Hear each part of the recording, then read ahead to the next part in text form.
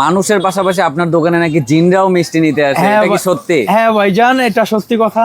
ওরা একদমই মিষ্টি কিনে, ওরা হুজুর বেশে এসে পাক পবিত্র বেশে আসলে আপনি দোকানের সেন্ট পাইলে জায়গা একদমই মিষ্টি কিনে। সাধারণ মানুষ আসলে দেখবেন মিষ্টি দামাদামি করে, মনে করেন 10 টাকা 20 টাকা দামাদামি করে, কিন্তু ওরা একদমই মিষ্টি কিনে। কেজির কেজি মিষ্টি নিয়ে যায়, ওরা খায় কম। কেজির কেজি 2-4-5 কেজি একসাথে মিষ্টি নিয়ে যায়। তাহলে তো মানুষের থেকে জিন মিষ্টি জিন বেশি খায়, মিষ্টি তো জিনেদের পছন্দ বেশি। আচ্ছা আচ্ছা, আপনারা বুঝেন কিভাবে যে আসলে তারা জিন বা আমরা তো ভাইজান ধর্মগত ব্যবসায়ী, আমরা এটা নতুন দোকান না, এটা পূর্বপুরুষের ব্যবসা। বাবাই করে গেছে, দাদাই করে গেছে, আমরাও করতেছি। পূর্বপুরুষ থেকে আমরা মিষ্টির সাথে জড়িত।